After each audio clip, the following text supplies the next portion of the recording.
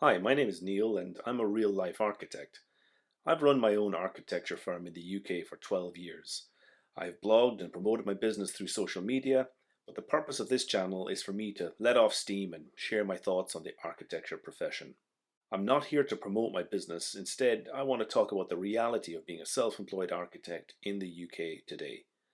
I think there's a huge difference between the perception people have about architects and the reality of working as an architect. Now, why does this matter? Well, for two reasons. First, people who work with architects should know as much as possible to get the most from their professional. Informed clients are the best clients. It's about managing expectations.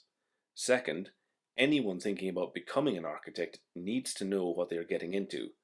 What will the job really be like? Architecture courses have unusually high dropout rates, and I think part of the reason is that people choose to study architecture for the wrong reasons. So, what is the perception that people have of architects, and where does it come from? Well, I think a lot of it is glamorous bullshit from Hollywood and TV. People imagine architects to be highly creative, artistic types, well dressed, and well paid.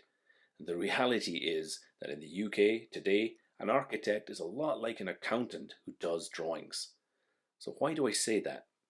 Well, for an architect to give advice to a client, they must have a detailed knowledge of legal, technical, regulatory, and financial realities. In the UK, architects are paid for implementation, not inspiration. Anyone can have ideas, that's easy. But can those ideas actually be built? Someone might dream of building a 50-story office block from recycled Coca-Cola cans. But will that get approved by the planning department? Does it comply with the building regulations? Is it affordable? Will a contractor be willing to build it? And is that the best use of the client's resources anyway?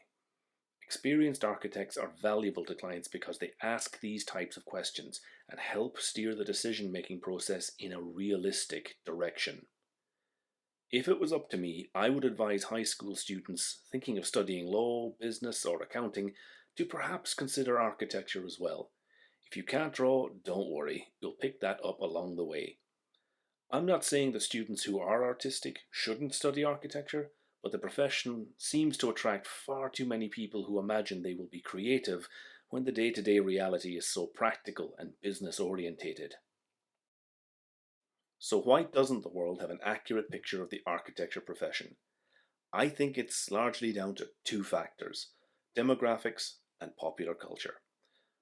First, the numbers. What are the odds of a person in the UK actually knowing an architect in real life? According to the UK Architects Registration Board, there were 42,547 registered architects in the UK in 2019. According to the Office of National Statistics, there were 66.65 million people in the country that year. That works out at one architect for every 1,566 people in the UK. For comparison, in 2017, the General Medical Council reports 281,323 doctors in the UK, which works out at about one doctor for every 236 people. In other words, the average person in the UK is almost 6 times more likely to personally know a doctor than an architect. Another factor to bear in mind is the size of the average social circle. This is something people study, and they even have a name for it. They call it Dunbar's number. It's the idea that the average person can maintain a circle of friends and acquaintances of no more than 150 people. If Dunbar's number is correct, it means the odds of a typical person in the UK having a friend, or even a friend of a friend, who is an architect is very small.